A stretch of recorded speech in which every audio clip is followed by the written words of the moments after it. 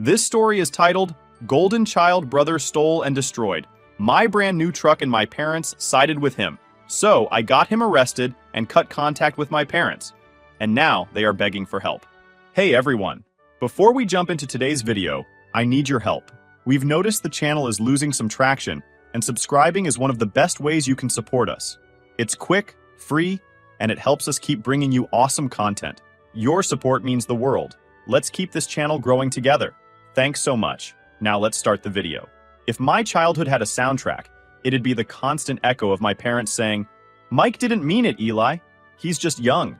Growing up in my family, you could have put a neon sign over my brother Mike's 22 male head that read Golden Boy. He could break every rule in the book, and somehow my parents, Sharon and Doug, would still manage to twist things around so that it wasn't his fault. Meanwhile, I, Eli, 21 male, was stuck as the scapegoat. If Mike broke something, it was my fault for not keeping an eye on him. If he failed a class, it was because I didn't help him study. You get the picture. Mike always had this ridiculous sense of entitlement, like everything I had automatically belonged to him too. When we were kids, he'd steal my toys and destroy them. I remember one time I saved up for months to buy this fancy RC car I'd been wanting forever. The thing was awesome, super fast, sleek design, and even had working headlights. Mike begged me to let him play with it, and like an idiot, I gave in.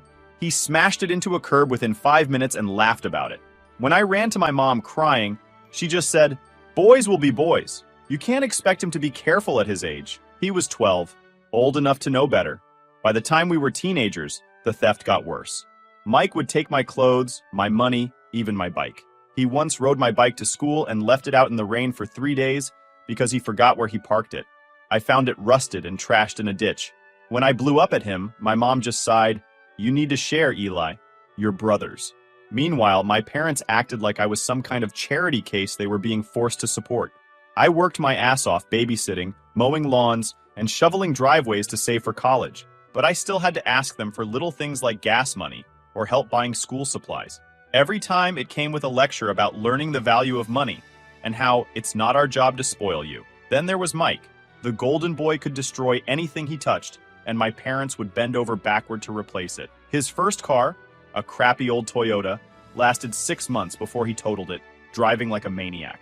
My parents bought him another car, a beat-up Honda, which he wrecked within a year.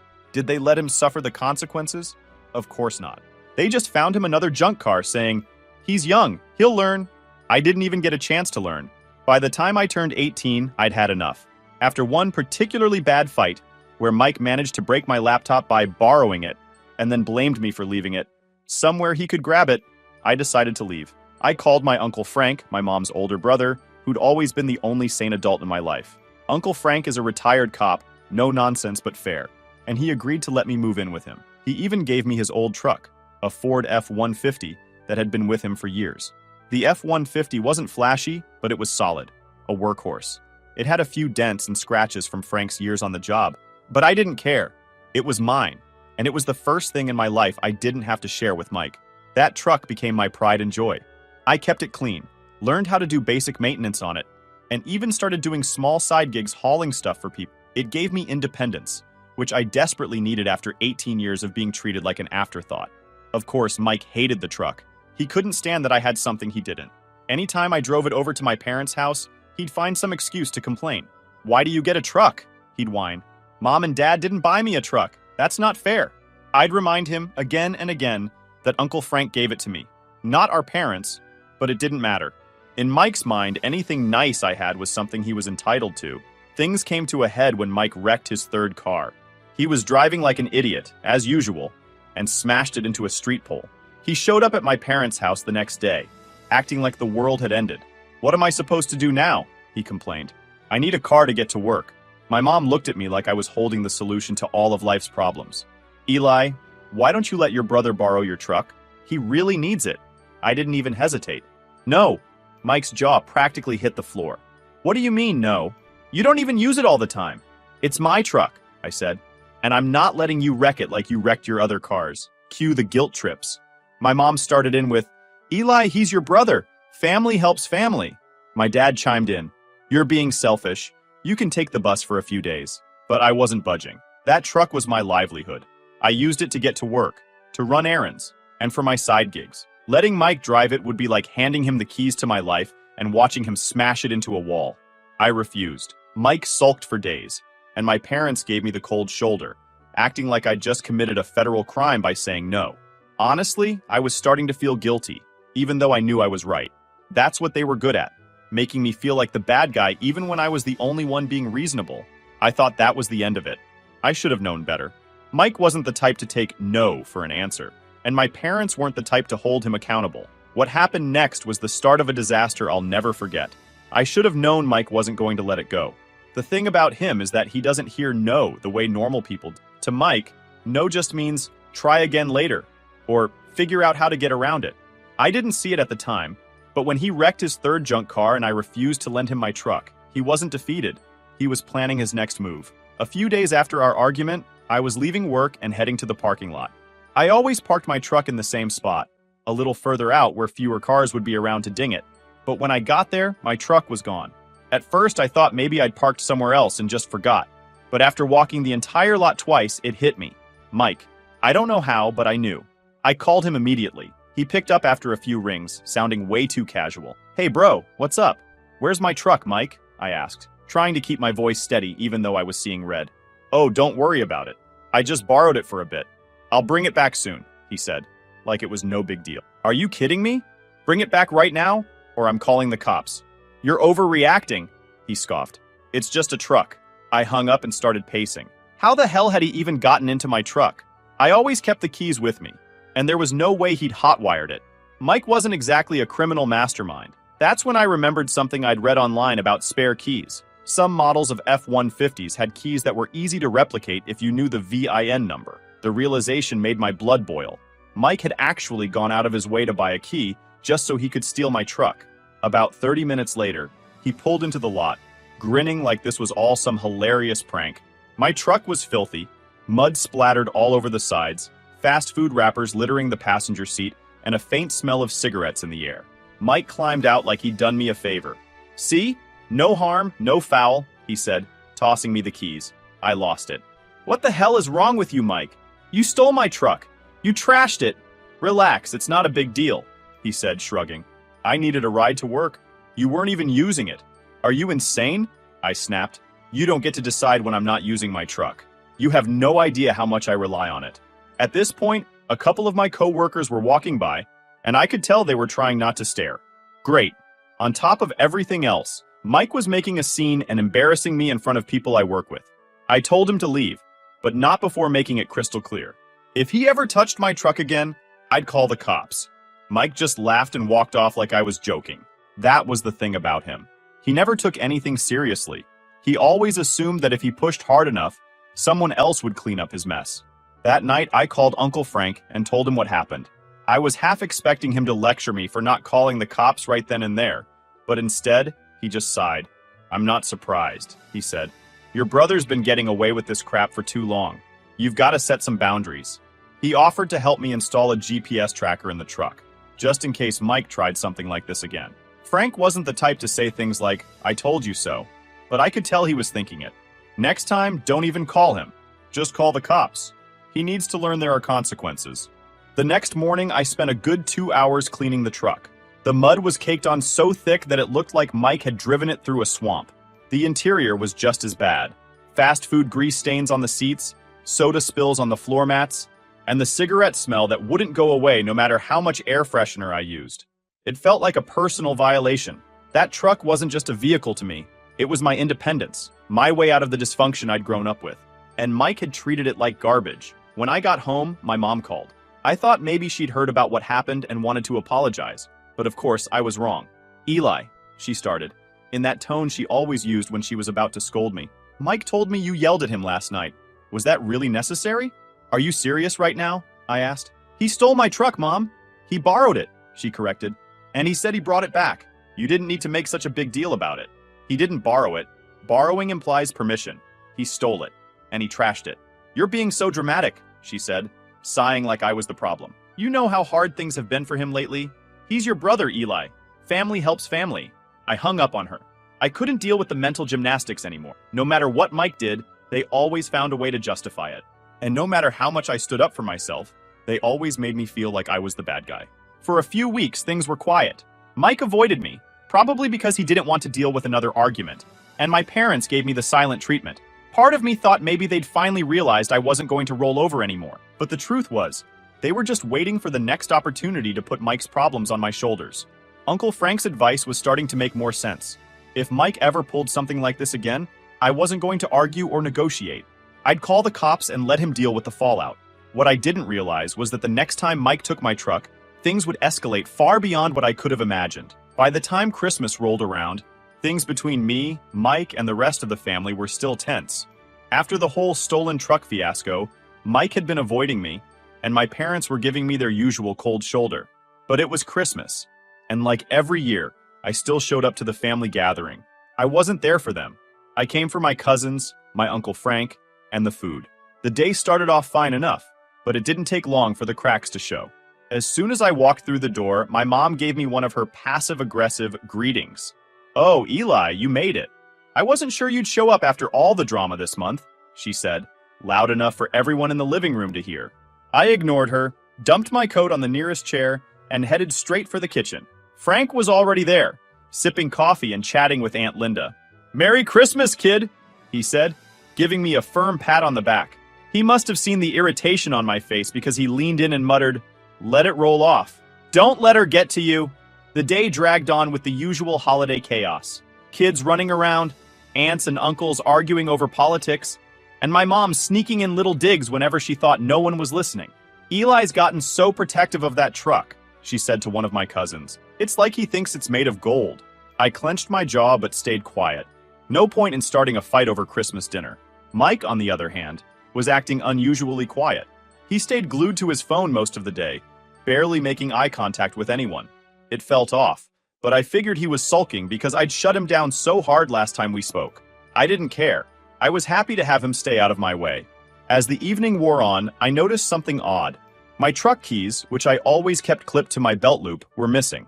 At first, I thought maybe I'd dropped them somewhere, so I started retracing my steps. I checked the kitchen, the living room, even the bathroom, but they were nowhere to be found. That's when the dread started creeping in. I stepped outside, and sure enough, my truck wasn't parked in the driveway where I'd left it. I felt my stomach drop. Pulling out my phone, I opened the GPS tracker app. The little dot that represented my truck was already a few miles away, moving fast. I stormed back inside and called Mike. "Where's my truck, Mike?" I demanded. He didn't even try to deny it. "Relax, bro. I'm just picking up a friend. I'll bring it back in, like, an hour." "You stole my truck again?" My voice was loud enough to make everyone in the room stop what they were doing. "It's not stealing if we're family," Mike said, shrugging. "Don't be so uptight. It's Christmas." Before I could respond, Frank walked in, immediately sensing the tension. "What's going on?" he asked. "Mike took my truck, again," I said, practically shouting. Frank's jaw tightened, but before he could say anything, my mom swooped in. "Oh, come on, Eli, it's Christmas. Can't you just let it go for one day?" "No, I can't let it go," I snapped. "It's not his truck, and he has no right to take it." Frank gave me a nod and pulled me aside. "Check the tracker. Let's see where he's headed." I opened the app, and that's when I noticed something terrifying. The truck's dot had stopped moving, and it was in the middle of a highway exit ramp. I immediately called Mike, but he didn't pick up. The third time I tried, he finally answered. "What now?" he said, sounding annoyed. "Where are you? The tracker says you're on the highway." There was a pause, and then his tone shifted. Yeah, about that. I kinda lost control on the ice. The truck's fine, though. It's just stuck in a ditch." "You what?" I yelled, making no effort to hide my fury. Everyone in the room was staring now. Mike mumbled something about the roads being bad and hung up. I threw on my coat, grabbed Frank, and headed for the door. "We're going to get my truck," I said, ignoring my mom's half-hearted, "Be nice to your brother." When we got to the scene, my truck was nose-deep in a snowbank. The front bumper was crumpled, the left headlight shattered, and the grille was bent beyond recognition. Mike was standing by the side of the road, his arms crossed like this whole thing was somehow my fault. "It's not that bad," he said as I stepped out of the car. "It's just cosmetic." "You wrecked my truck," I said, through gritted teeth. "What the hell were you thinking? The roads are icy," he shot back. "It's not my fault." At that moment, a police cruiser pulled up behind us, lights flashing. I wasn't surprised. Someone probably called it in. The officer stepped out, looked at the truck, then at Mike. "What happened here?" he asked. Before Mike could say a word, my mom and dad pulled up in their van, rushing over like they were here to save the day. "Officer, this is all a misunderstanding," my mom started. "Eli was driving and—" "Don't even start," I cut her off. "Mike stole my truck. I have the GPS logs to prove it." The officer raised an eyebrow and turned to Mike. "Is that true?" Mike stammered, but Frank jumped in. "He's been drinking too. You might want to check." Sure enough, they gave Mike a breathalyzer, and he failed. He was cuffed on the spot for driving under the influence and driving on a suspended license. My mom started wailing, begging the officer to be reasonable, but Frank shut her down. "Enough, Sharon. Let him face the consequences for once." I stayed silent as they loaded Mike into the cruiser. My truck was pulled out of the ditch, but the damage was done. As we drove back to the house, Frank glanced over at me. "Next time, don't wait for him to screw up. Call the cops the moment he pulls this crap." He was right, but this was just the beginning. Mike wasn't done causing chaos, and I was far from done dealing with it. The ride back to the house after Mike's arrest was dead silent. My parents sat in the front of their van, probably stewing over how unfair it was that Mike got arrested. Frank and I were in the back seat, and he looked as calm as ever. That's one thing about Frank. Nothing rattles him. But me? I was pissed. Not just at Mike, but at my parents for enabling him for so long. They hadn't said a word to me, but I knew what was coming. The moment we walked through the front door, my mom spun around, her face red with anger. "How could you let this happen to your brother?" she hissed. I stared at her in disbelief. "Let this happen? He stole my truck, wrecked it, and was drinking while driving on a suspended license. That's on him, not me." "He's your brother," she snapped. "You should have handled this privately, not dragged the cops into it." Frank stepped in before I could explode. "Sharon, your son broke the law. Multiple laws. This isn't something you can sweep under the rug." "Don't talk to me like I don't know how to handle my own children, Frank," she shot back. "You've always played favorites with Eli, making Mike look like the bad guy." Frank laughed dryly. "Mike doesn't need help looking like the bad guy. He does that just fine on his own." Before she could respond, my dad chimed in. "Look, let's all calm down. Mike made a mistake, but we're family. We need to stick together." I couldn't hold it in anymore. "Stick together? You've been covering for him his entire life. You're not helping him. You're enabling him." My dad shook his head like I was the one who didn't get it. "He's had a rough time, Eli. You wouldn't understand. Life's been harder for him." "Harder for him," I scoffed. "He's been handed everything while I've had to work for everything I have. And look where it's gotten him. Arrested. Again." Frank raised a hand. "Enough. This isn't going anywhere. Eli, go cool off. Sharon, Doug, you need to take a long, hard look at how you've been handling Mike, because the cops aren't going to let him off so easy next time." I didn't bother waiting for their response. I grabbed my jacket and went out to the garage to check on my truck. It had been towed back while we were still at the station, and seeing it up close made my blood boil all over again. The front bumper was mangled, the left headlight smashed, and the grille looked like it had been hit with a sledgehammer. The interior wasn't much better. Mud everywhere, and that same stale cigarette smell Mike had left the last time. "It's just cosmetic," Mike had said, like that was supposed to make it okay. The next day, I got a call from Mike. Somehow, he'd managed to get access to a phone from the county jail. I let it ring a few times before picking up. "What do you want?" "Eli, I'm so sorry, man," he said, his voice trembling a little. "This was all just a misunderstanding." I rolled my eyes. "A misunderstanding? You stole my truck, wrecked it, and got arrested for a DUI. What part of that is confusing?" He sighed. "Look, I screwed up. I know that. But I need your help." Here it was, the real reason he called. "What do you want, Mike?" "Bail me out," he said, as if it were the most reasonable request in the world. "Mom and Dad don't have the money and—" "No," I cut him off. "I'm not bailing you out." "Eli, please," he begged. "I can't stay in here. It's awful. These guys, they're rough. Maybe you should have thought about that before you stole my truck," I said coldly. "You're on your own." I hung up before he could respond. A few minutes later, my mom called. "Eli, you need to bail your brother out." "Why can't you or Dad do it?" I asked. "We don't have that kind of money right now," she admitted. "You know we've been helping him get back on his feet." I laughed bitterly. "Helping him? You mean enabling him?" I'm done." "Eli, don't be like this," she pleaded. "He's your brother, and he's a grown man who needs to face the consequences of his actions," I said. "Don't call me about this again." I hung up and blocked her number for the rest of the day. Later that evening, Frank came by with some news. So, turns out Mike's not just looking at a DUI. He's also facing charges for driving on a suspended license, reckless driving, and theft. "Theft?" I asked, surprised.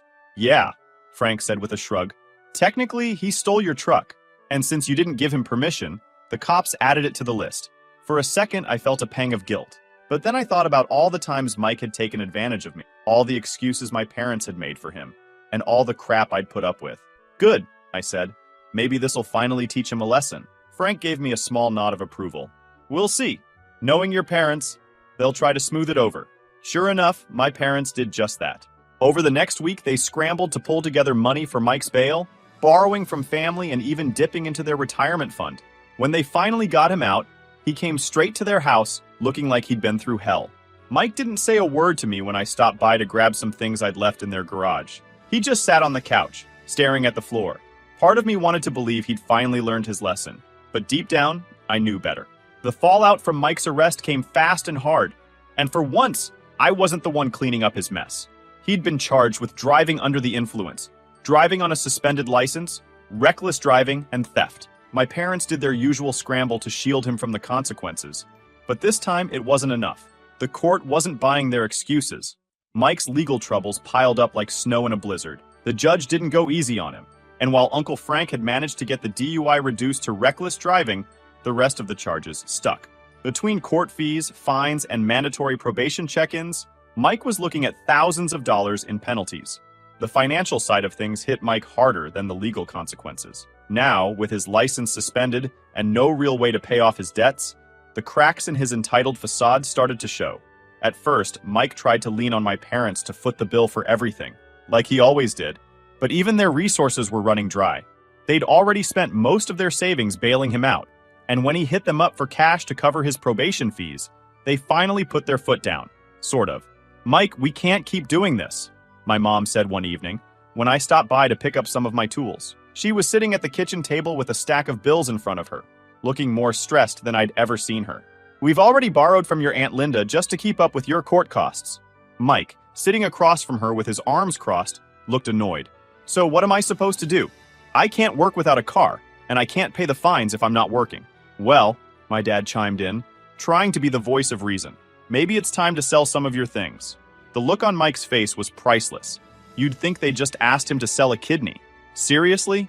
You want me to sell my stuff because of one little mistake? It wasn't one mistake, Mike, I cut in from the doorway. It was a series of bad decisions that got you here. Maybe it's time you face the consequences. He glared at me but didn't say anything. It was clear he didn't have a leg to stand on. Over the next few weeks, Mike's financial situation got worse. With no income and no car, he was forced to take a part-time job at a local pizza place as a delivery driver. The irony wasn't lost on me. Mike, the self-proclaimed golden boy, reduced to delivering pizzas on foot and borrowing my parents' ancient minivan when absolutely necessary. He hated every second of it. One time, when I was visiting Uncle Frank, Mike showed up to drop off a pizza order. The look on his face when he saw us was worth every headache he'd ever caused me. Frank gave him a little wave and said, "Good to see you working, Mike. Keep it up." Mike mumbled something under his breath and practically sprinted back to the minivan. I couldn't help but laugh. For the first time in his life, Mike was being humbled, and I was here for it. Despite everything, my parents couldn't fully let go of their golden boy. They continued to make excuses for him, even as they struggled to cover their own bills, thanks to all the money they'd thrown at his legal troubles. "Your brother's trying his best," my mom said one day when she called me, clearly fishing for sympathy. "You don't understand how hard this has been for him." "Hard for him?" I said, incredulous. "It's been hard for you because you keep cleaning up his messes. Maybe if you let him deal with this on his own, he'd finally learn something." "You don't know what it's like to have a child in trouble," she shot back. "You'd do the same thing if you were a parent." "No," I said firmly. "I wouldn't, because I'd raise my kid to take responsibility for their action. Something you've never done with Mike. I'm that shut her up, at least for a moment. But I knew it wouldn't last. My parents were too deep in their enabling ways to change now. One evening, Mike showed up at my place unannounced. I opened the door to find him standing there, looking sheepish. "Can we talk?" he asked. I crossed my arms. "What do you want, Mike?" "I just wanted to say I'm sorry," he said, his voice unusually quiet. "For everything. Taking your truck, wrecking it, getting you caught up in my mess." For a moment, I almost believed him. But then he added, "So, I was wondering if you'd be willing to lend me some money, just to get me back on my feet." I laughed bitterly. "Are you serious? After everything you've put me through, you think I'm just going to hand you money?" "It's not like that," he said quickly. "I'd pay you back, like you paid Mom and Dad back for all the money they've spent on you," I shot back. Mike, the answer is no. And don't bother asking again. His expression darkened. You don't have to be such a jerk about it. Maybe if you'd learned how to take care of yourself years ago, you wouldn't be in this mess, I said. This is your problem, Mike. Figure it out. He stormed off, muttering under his breath, and I slammed the door behind him. I was done. Done with Mike, done with my parents, and done with being dragged into their chaos. As Mike continued to struggle with his financial and legal troubles, I started to feel something I hadn't felt in years. Peace. For once, I wasn't the one cleaning up his mess. I wasn't the one being blamed for his failures. He was finally being forced to face the consequences of his action, and it felt good. Karma has a funny way of catching up to people, and it looks like Mike's finally getting his share. The fallout from Mike's antics didn't just hit him. It was like the entire family was falling apart, and I was the only one ready to walk away from the mess. My parents were struggling financially after bailing Mike out and covering his court costs, but instead of holding him accountable, they doubled down on their enabling ways. Meanwhile, Mike was still playing the victim, trying to weasel out of every responsibility like usual. It all came to a head one evening when my mom called me, asking for another favor. I picked up the phone, already bracing for what was coming. Eli, we need to talk about Mike, she started in that tone that always signaled she was about to guilt trip me. What about him? I said, keeping my voice as neutral as possible. Well, he's been having a really hard time, she said. You know, with everything going on, the legal trouble, the job situation, we were hoping you could, I don't know, maybe let him stay with you for a little while, just until he gets back on his feet. I couldn't believe what I was hearing. Are you kidding me? I asked. After everything he's done, you want me to take him in? It's not like that, Eli, she said, sounding exasperated. He just needs a little support right now. He's your brother. I let out a bitter laugh. No, Mom. If you want to keep enabling him, that's on you, but I'm done. After I hung up, I knew I was done. Not just with Mike, but with my parents too. For years, they'd treated me like I was less important. Like my role in the family was to clean up after Mike and take the blame for his mistakes. I'd spent so much time trying to prove myself to them, but I realized something that night. I didn't owe them anything. The thing about cutting ties with toxic family members is that they don't always take no for an answer. My mom tried calling me a few times after that, leaving voicemails that swung between guilt tripping and outright denial. Eli, we need to talk. This isn't like you, one message said. Another one was more dramatic. I don't know what we did to deserve this, but you're breaking this family apart. Each time I deleted the messages without listening to the rest. I didn't owe them an explanation. I'd already made my decision and I absolutely don't regret it.